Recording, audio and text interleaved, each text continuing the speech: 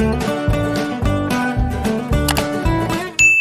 guys, this is Apple. Welcome back to my channel. And so for today's video guys, ay gagawa ako ng kwek-kwek.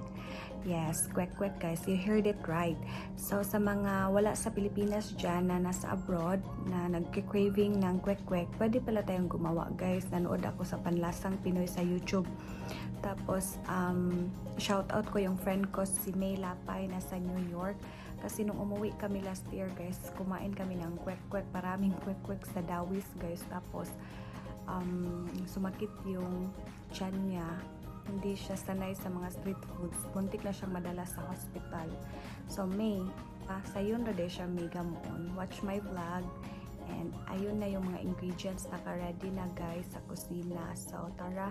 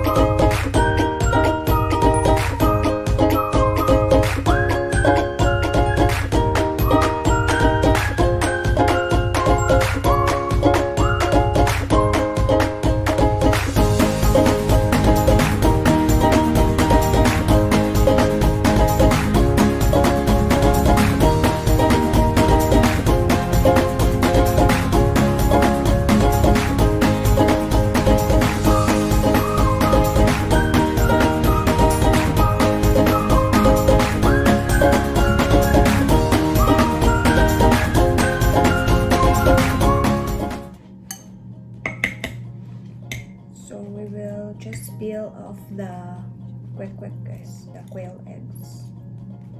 I-peel off ko lang yung quail eggs. Kakuti ani panitan eh.